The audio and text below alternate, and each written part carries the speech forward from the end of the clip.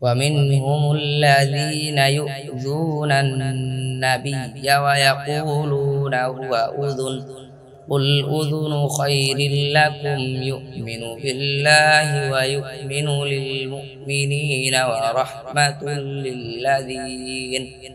ورحمة للذين آمنوا منكم والذين يؤذون رسول الله لهم عذاب أليم 61 আর তাদের মধ্যে এমন লোক আছে যারা নবীকে কষ্ট দেয় এবং বলে তিনি সব বিষয়ে শ্রবণকারী।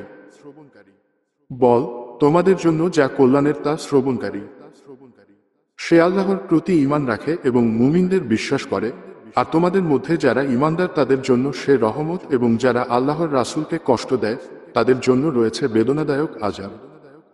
يحلفون بالله لكم ليرضوكم والله ورسوله أحق أن يرضوه إن كانوا مؤمنين 62 তারা তোমাদের কাছে আল্লাহর কসম করে যাতে তোমাদেরকে সন্তুষ্ট করতে পারে। আল্লাহ ও তার রাসূল অধিক হকদার যে তারা তাকে সন্তুষ্ট করবে যদি তারা ঈমানদার হয়ে থাকে।